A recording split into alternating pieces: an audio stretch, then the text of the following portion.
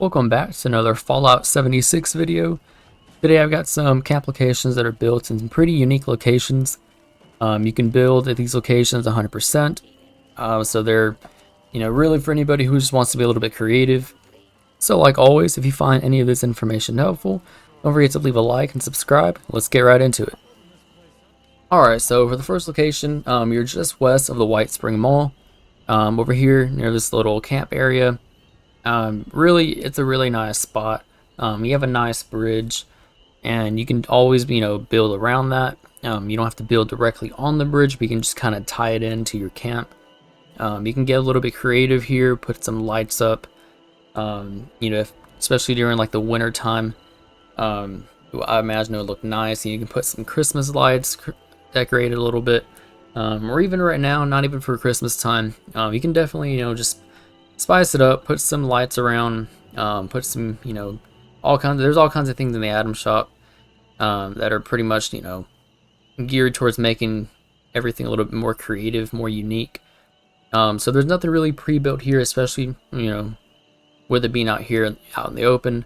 The only thing that it does have, like I said, is that bridge. So you can put some things around that, make it look really nice. It has a really good view, as you can see here. You can overlook the dry lake if you want. So nothing too special about it, but I did find this nice camp that somebody built here. They tied in the bridge, how I mentioned earlier, and they made a nice little cliffside base, and it really looks really nice. Alright, so moving on, we have Ananga Mine. Just outside of that, this area is a pretty nice area. It's a pre-built structure, so if you want to tie it into that, put a gate here at the front. Put some defenses up. It's a really nice area, especially if you want to have more of like that like raider style, be a little bit more creative. It looks like a little pit stop looking area, especially with the little shack over here towards the back. This area is definitely a pretty unique one. You can dress it up however you want, put more lights up.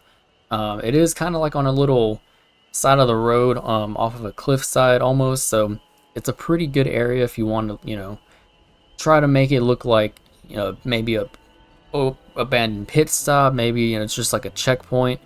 Really, you can do whatever you want here. I would imagine, what I would do, I could put some structures up, make it look like a little, maybe like a little outpost, a little compound style base. It does have a really good view, so that's one plus to it. You can, if there's nukes near it, you can definitely look at those. It's a really good area. There's not too many resources here either.